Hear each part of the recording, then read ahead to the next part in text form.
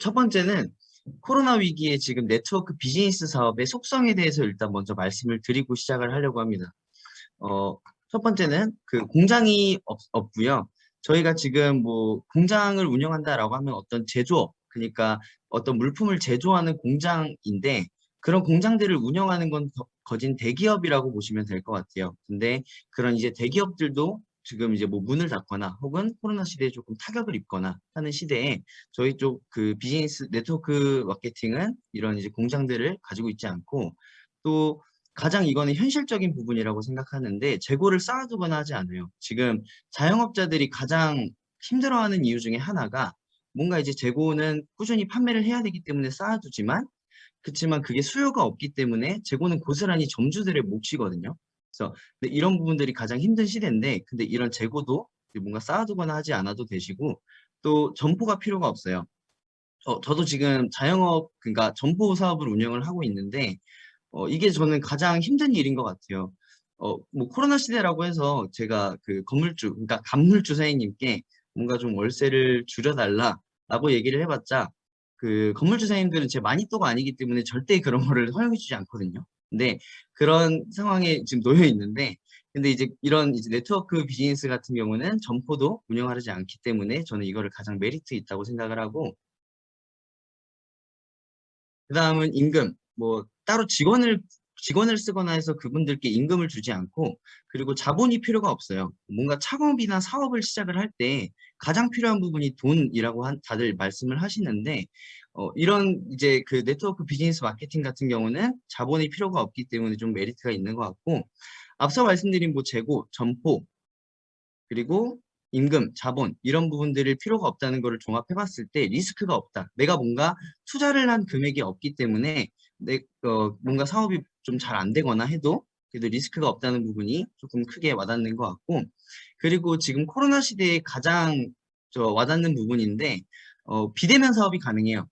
지금 그 언택트 시대라고 하는데 사실 제가 이 용어를 정확하게 몰라서 네이버에 찾아봤거든요. 근데 그게 콘택트라고 해서 뭐 접촉하다라는 부정어로 사용해서 언택트 시대라고 얘기를 하는데 이 언택트 시대에는 지금 뉴스만 사실 틀어봐도 다들 아실 거예요. 뭔가 항공, 호텔, 여행, 식당 이렇게 고객님들과 대면해서 해야 되는 사업들이 조금 힘들다는 것을 많이 느낄 수 있는데 네트워크 비즈니스 같은 경우는 이런 비대면 사업도 가능하다. 이런 메리트가 있다라고 보시면 될 것 같습니다. 그래서 지금부터 뭐 직장인과 자영업의 현실에 대해서 제가 말씀을 드릴 건데요. 일단 첫 번째는 직장인이고요. 직장인 10명 중에 8명은 투잡 할래라고 해서 저 설문조사에 뭔가 뭐 직장인 986명 중에 77%는 투잡 의향이 있다라고 통계표에 나와 있는 것인데 이렇게 생각을 해요. 저는 뭔가 지금 자기가 종사하고 있는 업종에 금전적이라든지 아니면은 정신적이라든지 불만이 있기 때문에 투잡을 의향을 하거나 혹은 이직을 하거나 이런 부분들이 조금 있다라고 생각을 하는데 이게 지금 저희 직장인들의 현실이라고 얘기를 하고요.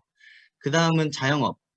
저도 지금 자영업을 하고 있는데 여기서 보셔야 될 요점은 미국 보시면 자영업자들이 1299만 8천 명으로 되게 많아요. 그리고 한국은 556만 3천 명으로 조금 어떻게 보면 미국 대비 되게 적다라고 보실 수 있는데 알아보니까 미국의 땅덩어리가 한국보다 딱 약 100배 정도가 크다고 하거든요.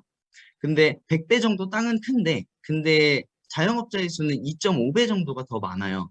이런 것만 봐도 한국에서 자영업을 하기가 얼마나 조금 경쟁률이 되게 센지 느낄 수 있는 것 같고, 그러다 보니까 폐업률이 창업률보다 훨씬 더 높다라는 통계도 나오는 것 같아요.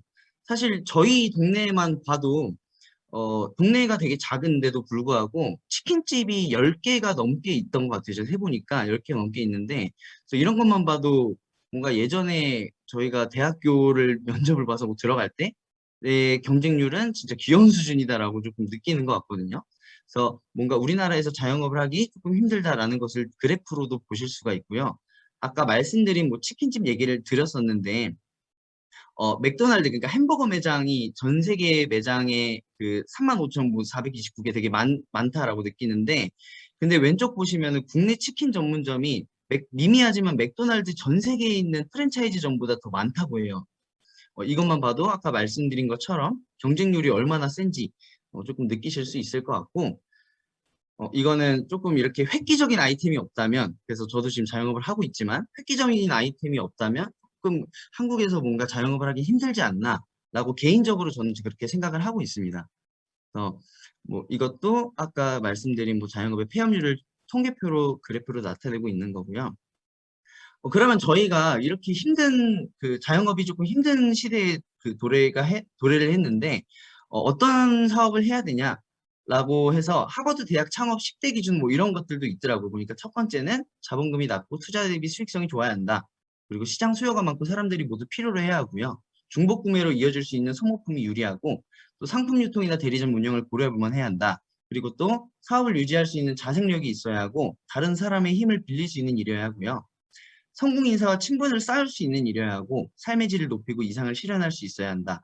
그리고 또 자신의 천부적인 재능을 발휘할 무대가 있어야 하고, 인정을 받고 끊임없이 수요가 있어야 하는데, 너무 복잡하고 되게 조건들이 많아요. 이것만 봤을 때 지금 뭐 앞서 말씀드린 치킨집이라든지 이런 자영업들은 뭔가 여기 창업 10대 기준에 부합하지 않는다고 생각을 하거든요. 그렇게 생각을 하고 있고, 또 이거는 로버트 기요사키라고 해서 백만장자가 쓴 책에서 제가 발췌를 해온 건데, 사실 이 영화만 보면 저도 잘 무슨 말인지 모릅니다. 근데 제가 알고 있는 지식들로 말씀을 드리면, 왼쪽에 보이시는 인폴로이라고 해서 E라고 크게 적혀 있는 거는 직장인이고, 그 아래에 있는 셀프 인폴로이는 자영업이라고 보시면 되고요. 오른쪽에 비즈니스 오너는 사업가, 그리고 아래에 인베스터는 투자가라고 보시면 됩니다. 그래서 왼쪽 E와 S를 봤을 때 지금 직장인과 자영업에 종사하고 있으신 분들이 저희 나라에서 90%를 차지하고 있고, 그 오른쪽에 사업가 혹은 투자를 하시는 분들은 저희 나라의 10% 비율을 차지하고 있다고 하는데, 아이러니하게도 인구와 비례하지 않고 90%의 사람들이 저희 나라 돈의 10%를 나눠 갖고 있고요. 그리고 오른쪽에 사업가와 투자가들이 인구는 적지만 90%의 돈을 전부 이제 나눠 갖는다고 얘기를 합니다. 그래서 저도 지금 자영업을 하고 있는데, 뭔가 이제 비즈니스 오너, 그러니까 사업가로 넘어가기 위해서 노력을 하고 있는 것 같고, 그러면 이제 어떤 사업에 투자를 해야 할까? 일단 돈을 투자하지 않는 아이템이어야 되고, 시간과 노동을 투자하는 아이템, 그리고 실패해도 손해나지 않는 아이템이어야 되는데, 이런 것들 종합해 봤을 때 플랫폼 비즈니스가 뭔가 답이다라고 얘기를 하는 것 같습니다. 그래서 아래 보시면은 아까 처음에 나왔던 것처럼 공장, 재고, 점포, 임금, 자본, 리스크, 무대면, 이것들 전부 다 부합하는 비즈니스라고 하면은 이 플랫폼 비즈니스라고 생각을 하는데요.